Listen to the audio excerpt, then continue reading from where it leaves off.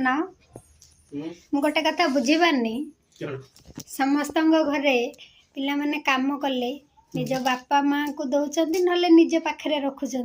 किंतु तांको स्त्री की टंकाटे भी दौना सामान सीना आणिक दौरान कि टंकाटे मागिले दौना तुम कि मत दौच एमती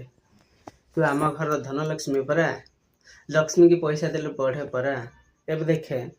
एबे मु कम खर्च आछु तो आप मागिले मत क्या संकट नागिल ना नाई मो शाश शशुर सेमती मो बापा माँ मागिले तत जहाँ टे संकट नागिब ना संकोच नागिब ना काणे मागिबली आ मुझे मन बुझे तते खर्च को देवी ना बेसी ना 200 400 500 तते खर्च को देवी ना सब तो आनी दौची हेल्ले मते तो पाखे जे पैसा थी गोटे बड़ आगे ना जे मो पाखे पैसा अच्छे मुझे जोटा आनी पारी करी से पैसा तू मो पे आगे आणु बापा माँ भी आणु घर चलो कि पैसाटा थिले तो मोर बोली गोटे एता नागिब एमती आ सब कण मो बापा माँ को पैसा मागी तू कर नाई ना तत गोटे एता कण धर्म संकट हो बोली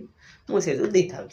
बुझल एब जिन तो बापा मागिले मो धर्म संकट ना कौन शाश शशुर पैसा मागू से फिल्डा काणे तो हो बोली पैसा दे था।